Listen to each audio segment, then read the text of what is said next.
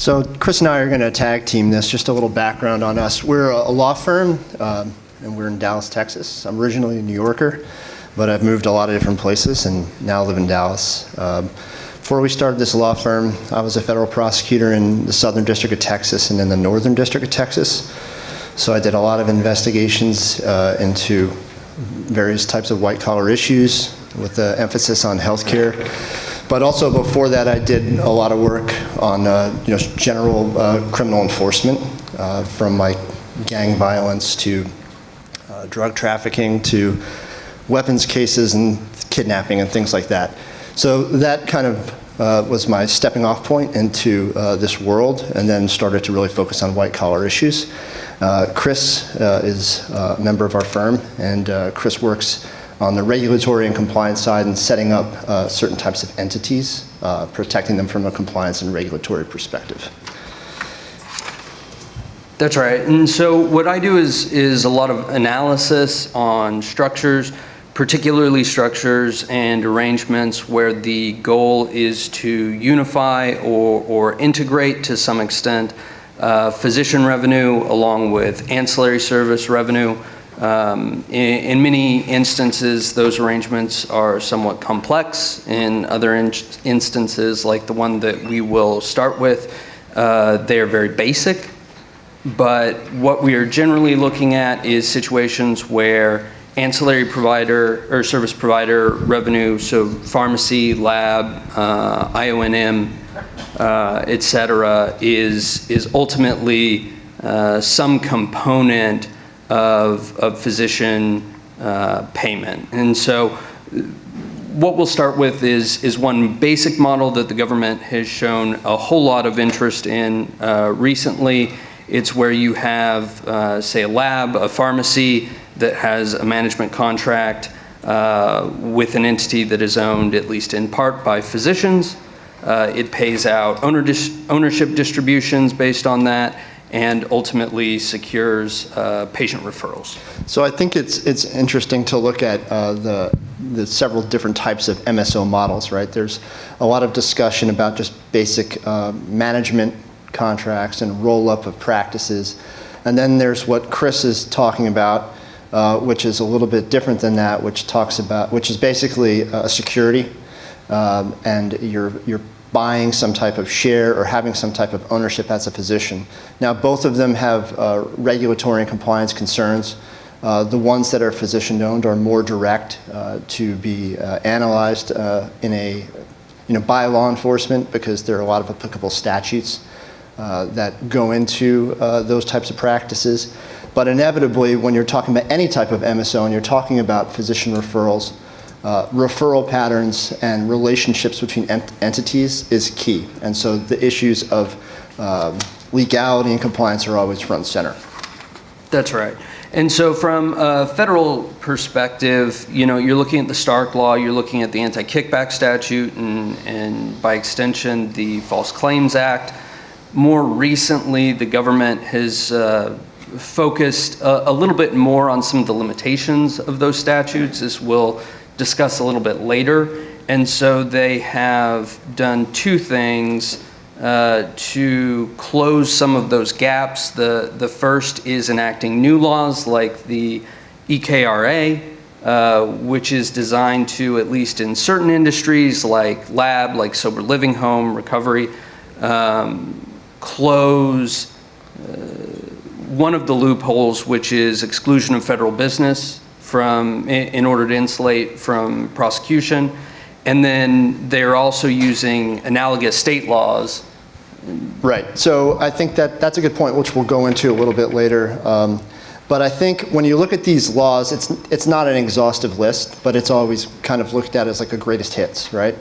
And then you talk to people who have some background in the law, even if they're not lawyers. They talk about the Stark Law, whether it complies with the Stark Law or not, or the Anti-Kickback Law. And those are very specific issues. Those statutes are, if anyone knows, they're incredibly dense. And they're also, particularly Stark is specific towards physicians and only Medicare. So you have a lot of tripwires out there, and there are a lot of buzzwords that certain people will throw out there, like, oh, this meets the exception to the Stark, or this meets the exception to the Antikickback Statute. And I just warn everybody, if someone is telling you that, it's very likely they don't know what they're talking about. And so you need to, take a step back, and they may have some type of protection from an attorney telling them that is so, but that protection only attaches to them, right? It doesn't attach to you just because they're speaking with you, right? So those are very, there are a lot of landmines in those types of discussions, and you have to be very careful about that, particularly if a layperson is telling you something meets an exception. Like, take a step back. Now, Chris also mentioned the False Claims Act and analogous state laws. So the False Claims Act is very pervasive. The False Claims Act attaches to just about anything that the government deals with on a contract basis. You hear about fraud, waste, and abuse for the defense industry. Those are False Claims Act issues. Obviously, the healthcare industry involves False Claims Act. It's a very old law called the Lincoln Law, put in place during the Civil War to make basically so people wouldn't get ripped off if they bought bullets and things like that. So that was a way that the government could say, don't rip us off. That's the False Claims Act. And as far as the Analogous State Laws and the Travel Act has been used. It's a federal law, but basically creates a federal cause of action for certain state laws. And the state laws that we're normally referring to here are commercial bribery, right? So bribery statutes on the federal level is you cannot bribe a congressman, right? Or you cannot bribe someone who's in the Department of Energy to get a contract. Those are federal laws that if you do so, you're going to be charged under a federal statute. Now, payment amongst business people that could be perceived to be illegal is not illegal at the federal level, but there are certain states that have commercial bribery statutes. So what the Travel Act does is say, if you violate that, we can prosecute you federally. And they are doing that, and they've been successful at it. And the challenges related to the constitutionality of it have been not successful. Right. So it's an active statute. So, and Mike touched on this a little bit, but one of the very important aspects of this type of analysis is walking through the anti-kickback safe harbors to avoid liability there. That's one place that the government has aggressively attacked these arrangements. And so one of the ones that we deal with most frequently in this space is the safe harbor to the anti-kickback statute that deals with personal services and management contracts. And so there, the government is looking at the arrangement between the ancillary service provider and the MSO, and it is asking questions about the features of that contract. So, is the compensation fixed or does it vary? Is there fair market value that it's based on, or is it wrapping into either explicitly or implicitly the value of the referrals that are going out of the practice? And those fair market valuations are critical. There are groups that do them. They need to be done, hopefully, prior to engaging the business and kind of setting off and conducting business. They're heavily scrutinized, and there have been people who have gotten in some type of trouble for shopping around for what they believe to be what the fair market value that they want. And that evidence has been dredged up and used in cases against people because they'll put forth saying, hey, I got a fair market valuation. The government's like, yeah, you got two before. And those did not fall in line with what they wanted. And that's obviously bad evidence, right? So. Another thing that we see the government focusing on very heavily is ownership interests of the physicians and whether or not that ownership interest falls within the small investment safe harbor. There are a number of different questions. One of those is whether an appropriate amount of the company is owned by physicians, generally 40% or less. They ask questions about how ownership is conveyed, as well as whether there are requirements on that investors refer, and whether or not the distributions are designed to vary based on those referrals. In addition to the 40% ownership question, there is also the question of how much of the company's business is ultimately coming from invested or secured sources, and generally they want to keep that below 40% as well. So I think this is an interesting exception or safe harbor to the Antikickback Statute. And I think when people look at this, the percentages are also very popular to banter about. You know, oh, we're in the 40% or we're in the 60% side. And those, like I said before, those are incredibly technical issues. And the idea of revenue meeting a 40% and then referrals meeting some type of 40%, those are two separate questions. And this is a standard exception that the Civil Division of the Department of Justice likes to address. And it's incredibly dense, and once they're addressing that, you're likely involved in some type of False Claims Act allegation. Maybe the genesis of it being like a whistleblower, you know, who's involved in the business saying, these numbers don't match. Sometimes, very frequently, those numbers can be hard to hit. So if you're gonna say that you're in that safe harbor, you gotta run those numbers. And part of that is also having a viable and active compliance group in the company. One of the first things that ever happens when the government wants to look into a group is that they ask, like, first thing they walk in, where's the compliance person? If the answer is, we don't have one, that day is gonna go really poor, and it's gonna be a terrible day. If they talk to the person who's at the front desk and say, our compliance officer's Jim, he's over there, then Jim will be prepared, right? Jim will be prepared to answer the questions that are going to be asked. Those other people will not be, but if that agent or whoever is not directed to Jim, it's like a domino effect, right? So you have to have that in place. And the consistent auditing of this type of exception through analysis of the company's numbers is really critical, right? Because if you're going to be compliant and be under this safe harbor, you have to run that analysis continuously. The business is not stagnant, right? It grows. Numbers change. That's right. Next, we wanted to touch on one major strategy that has been used particularly by more aggressive models in order to attempt to achieve compliance, at least with applicable federal law. Historically, we've seen a lot of companies getting the advice to exclude federal business. That gives you insulation as far as Stark's concerned. It was historically believed to give you substantial insulation as it relates to the Anti-Kickback Statute. That may be technically true. It is becoming less and less practically true. So as far as like federal business, you know, these are terms that we use every day, but the idea is that obviously the federal government runs certain types of healthcare programs, right? The big one being Medicare, the state equivalent with basically run almost the same way Medicaid in a lot of states. Both have their separate enforcement groups, like Medicaid has a Medicaid enforcement unit, right? Medicare has the Office of Inspector General. But then you also have TRICARE, it's a large program monitored and policed by DOD. You have Department of Labor, which has really grown, which is monitored by agents from labor as well as postal.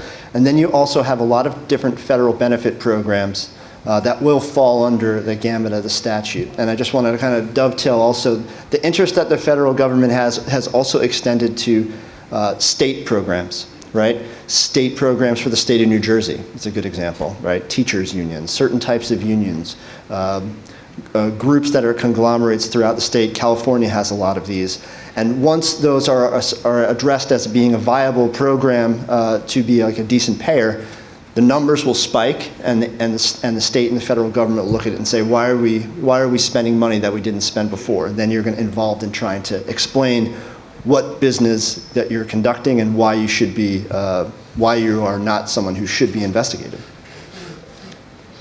That's right. And so what we are seeing is increasing interest in pursuing not only the historically interesting federal business, but also various types of financial relationships that relate only to private pay. We're seeing more cooperation with the private payers, and we're also seeing the use of previously unenforced statutes in order to reach that conduct. I think that's a really good point, and we actually have seen very recently is that some of the larger insurers are leveraging their agreements with physicians in order to basically either threaten to pull their contracts to try to break up some issues related to management services organizations that they believe to be problematic. And so there in order to answer that question, when like United or Blue Cross Blue Shield are kind of putting those pressure points on there, you obviously have to get a lawyer involved to avoid some of those problems. But they are being very active, and in fact, they're sharing a lot of information with the FBI. And there's a coordinated effort in certain lawsuits. If a provider like sues United, United is turning over that discovery to the FBI, which is interesting, right? I mean, they have their own issues in that lawsuit, but they're obviously trying to gain some favor with that coordination. So my point being is that you have to be very careful about what you're doing in any type of litigation involving a practice, especially a practice that involves like multidisciplines or ancillaries where there's referral issues in there. And so we're seeing this increasing enforcement both on the federal and commercial side, and we're seeing an increasing prevalence of certain red flags that may indicate a substantial interest from the government. One of those is various types of attempts to split out physician revenue and base that more directly on the referral revenue that the physician generates. One way that that's done is through setting up series LLCs, breaking the physicians into various parts, and then varying those revenue streams based on what the physician or smaller group of physicians actually refers to the ancillary. Right, and I think part of that is also when you're looking at groups that contract, especially physicians, if they are involved in something like this type of investment, they'll have a responsibility or duties that will be listed in the contract addendum. You know, they have to do this, they have to do that, they have to do this. Those once you investigate the entirety of the series, the government's going to look at that and be like, well, this is very duplicative because I'm looking at several physicians who have the same addendum A, and not only do I not think they may not be doing it, but it doesn't seem like all of this needs to be done by everybody. So you have to be very careful about how you create these agreements. Next, we wanted to talk a little bit about the types of evidence that the government has found useful or has used in order to put together their claims and to make their allegations of fraud. One of the biggest things that we see is any sort of internal document or communication that ties physician payments or distributions to their referral data. Yes, and then also some of those are created in like spreadsheets, and there's a utility to those. And you have to make sure that they're being created for the reasons associated with their utility. They can be used for a lot of different reasons, but if they're looked at as only for an analysis of referral, then you're going to be running into a problem. Those issues are also related to transferring physicians between certain MSOs, but also, you know, the idea of a forced buyout of a physician can become problematic. And I think that one of the issues that we've always come up against is communications about proper messaging and really locking down the procedure that has to go into you know, maneuvering physicians in these entities. And a lot of times there's problems with emails and there's problems with texts. And they are done carelessly, and when communications like that are done carelessly, like that's a real loser. All right, like you have to, when especially text, the informality of text creates a huge problem. So anybody who asks me, like, oh, I'm a Texas person, I said, do not do that, because you can't control what they send back. You're just not going to be as clear as you were if you were writing something on an email. So I always tell people, do not do business on text. People send emojis with like faces spitting money. Like those are awful. That's a bad idea. Those are awful. And you find them all over the place. And I was telling Chris when we were putting this together that when I used to do work for like gang violence and things like that, one of the things that you always go in and see is that these guys always had a picture of Scarface. Like they always had like a Scarface poster, and like everywhere you went, like they just like idolized this guy. And in the same way, and the guys on the white collar side, the agents always find those emojis with people spitting money out. So it's just like strange. So yeah. So as far as practical considerations, whether you're setting one of these MSOs up, whether you are looking to acquire one that is existing or sort of roll it into a larger framework, the biggest concern, and the one that we see the most frequently, is just the importance of not ignoring the issue.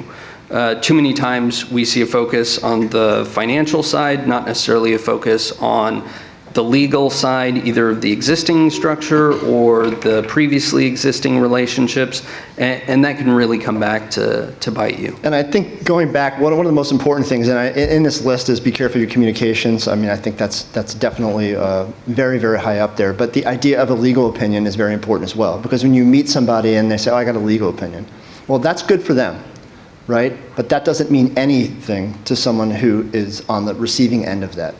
And there's been problems where someone believes that they have some type of coverage by a third-party legal opinion, and that's not how legal opinions work. Legal opinions work when you engage a lawyer to say, give me an opinion on this, and then they say, this is an opinion to you to be used by you. There's a utility to that. There is not utility. I mean, if you're in a position where you're trying to avail yourself of a third-party legal opinion, you're in a really tough spot. So be careful if someone's trying to convince you or someone trying to allay some concerns by talking about the applicability of a legal opinion and how it extends to you, because it will not. Yeah, this is something that you've touched on a little bit already, but just the importance of putting together an effective compliance plan, of documenting the compliance issues that come up, of documenting as well the answers and your action items. And part of that is being aware of changing referral patterns. Right. And I'm pretty much out of time, but we just wanted to see if there were any questions we could answer. If not, like obviously, please come see us at our little booth. We have some 8 gig drives. There's nothing on them. Someone asked me if I placed something on these drives. I didn't. They're empty for your own use. So, but our contact information is here, and we would love to speak with you. Yes, ma'am. Just had a quick question.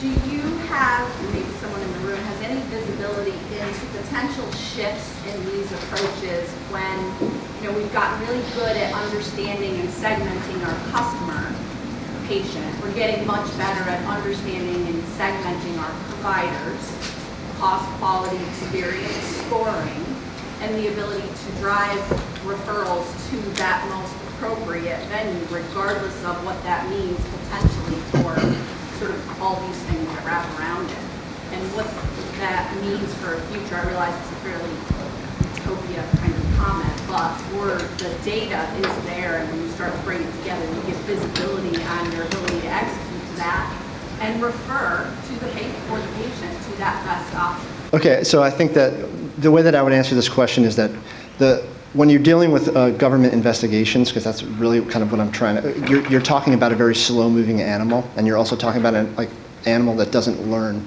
immediately.